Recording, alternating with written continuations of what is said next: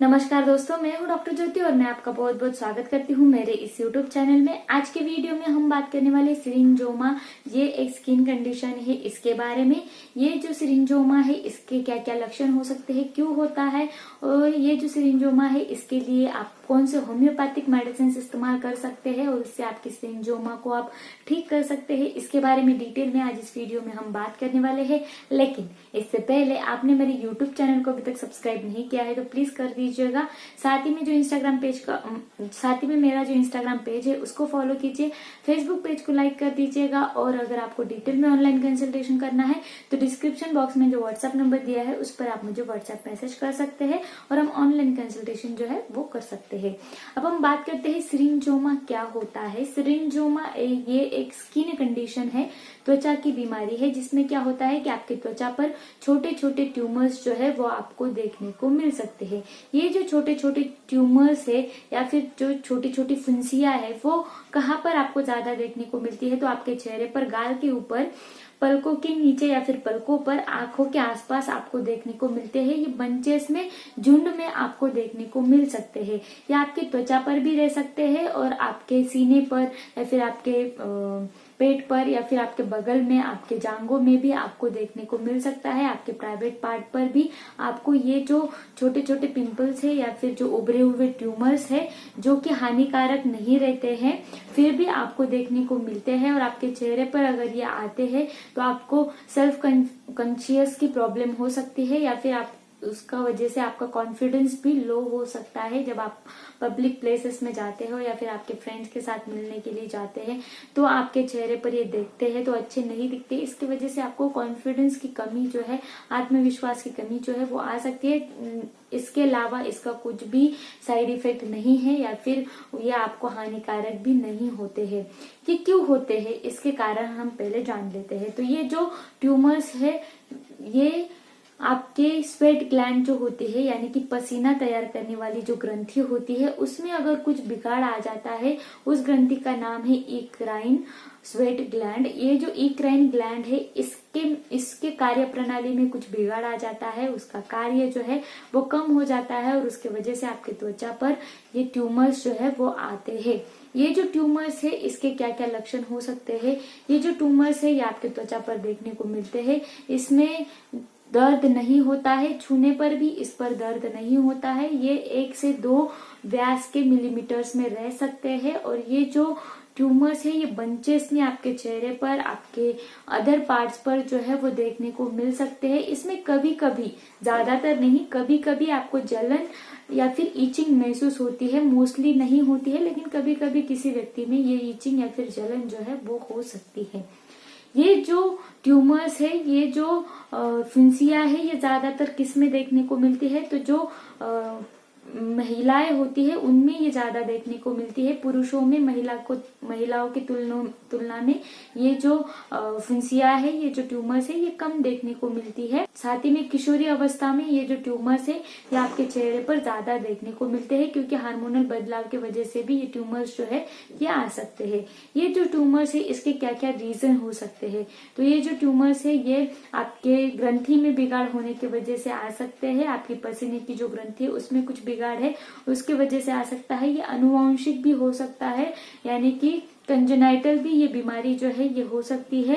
या फिर आपको डाउन सिंड्रोम की परेशानियां हैं या फिर आपको डायबिटीज जैसी तकलीफें हैं तो उसमें भी ये जो ट्यूमर्स है वो आपको देखने को मिल सकते हैं। आपके चेहरे पर, बगल पर, छाती पर या फिर आपके एब्डोमिनल पर या फिर आपके प्राइवेट पार्ट पर भी ये ट्यूमर्स जो है वो देखने को मिल सकते हैं।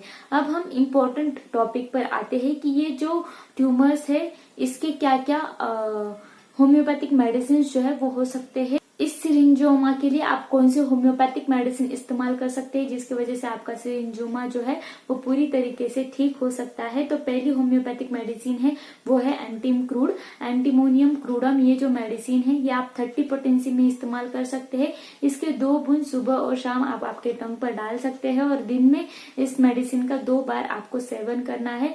लगातार सेवन से आपकी सिरिंजोमा को आप ठीक कर सकते हैं। सिरिंजोमा में क्या होता है, एंटीम क्रूड मेडिसिन में तो ये जो सिरिंजोमा है ये बंचेस में, झुंड में आपके चेहरे पर देखने को मिलते हैं, आपके अदर बॉडी पार्ट्स पर देखने को मिलते हैं।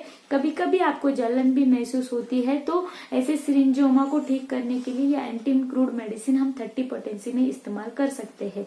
इस मेडिसिन में क्या होता है कि आपके पेट में खराबी हो सकती है और आपके जुबान पर व्हाइट कोटिंग जो है, व्हाइट परत जो है वो आ सकती है। तो वैसे सिचुएशन में ये एंटी-क्रूड मेडिसिन बहुत अच्छी तरीके से काम करती है आपके सिरिंजोमा को ठीक करने के लिए।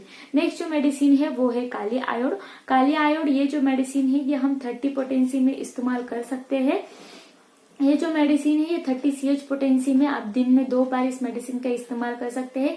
इसके 2 बूंद डायरेक्टली आप आपके टंग पर डालिए और इस मेडिसिन को आप लगातार सेवन कीजिए 7 या 8 दिन के लिए, तो आपकी सिरिंजोमा की तकलीफ जो है वो ठीक हो सकती है।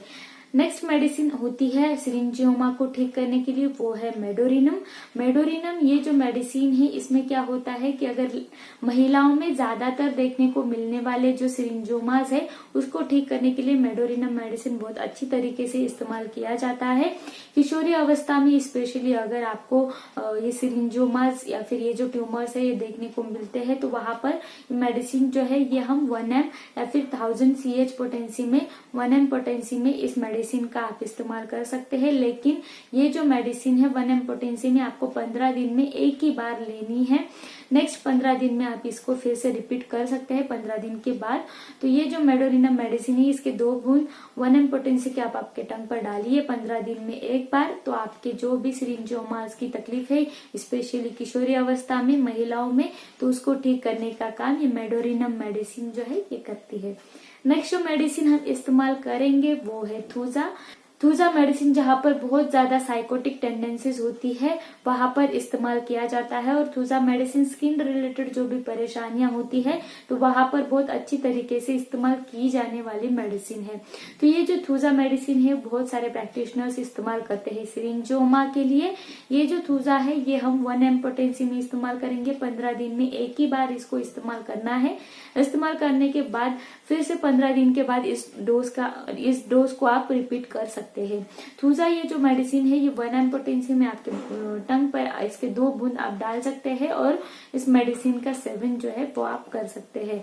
तो ये जो थूजा मेडिसिन है जहाँ पर आपके चेहरे पर या फिर किसी अदर बॉडी पार्ट पर ये सिरिंजोमा जो है ये ट्यूमर जो है वो आए हैं और उसकी वजह से वहां पर ब्लैकिश डिस्कलरेशन भी हुआ है, और ये जो सिरिंजोमा है ये आपकी स्किन के कलर के या फिर हल्के पीले कलर के हो सकते हैं। तो वहां पर ये थूजा मेडिसिन जो है ये हम 1 m पोटेंसी में बहुत अच्छी तरीके से इस्तेमाल कर सकते हैं। तो ये जो सारे होम्योपैथिक मेडिसिन है, 4 होम्योपैथिक मेडिसिन मैंने सिरिंजोमा के लिए बताया है, ये आपके सिम्टम सिमिलैरिटी के हिसाब से आप ले सकते हैं। होम्योपैथिक डॉक्टर की सलाह से इस मेडिसिन को आपको लेना है।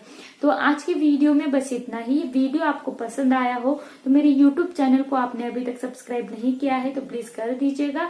साथ ही में मेरे इंस्टाग्राम पेज को फॉलो कीजिए, फेसबुक पेज को लाइक कीजिए और ये वीडियो ज्यादा से ज्यादा लोगों में शेयर कीजिए जिनको भी सिरिंजोमा की तकलीफ है। तो सिरिंजोमा क्यों होता है, इसके क्या कारण होते हैं, और ये जो सिरिंजोमा है इसके लिए सबसे महत्वपूर्ण ट्रीटमेंट क्या लेनी चाहिए जिसकी वजह से आपको सिरिंजोमा जो है वो पूरी तरीके से ठीक हो पाएगा। इसके लिए ये वीडियो जो है ये बहुत ज्यादा मददगार होने वाला है। तो इस वीडियो को जरूर शेयर कीजिए, इस वीडियो को लाइक भी कर दीजिएगा और मुझे कमेंट बॉक्स में कमेंट भी कीजिए आपको और किस टॉपिक पर वीडियो चाहिए। Thank you. चैनल सब्सक्राइब करने के लिए सब्सक्राइब बटन पर क्लिक करें और नोटिफिकेशन पाने के लिए बेल आइकन प्रेस करें।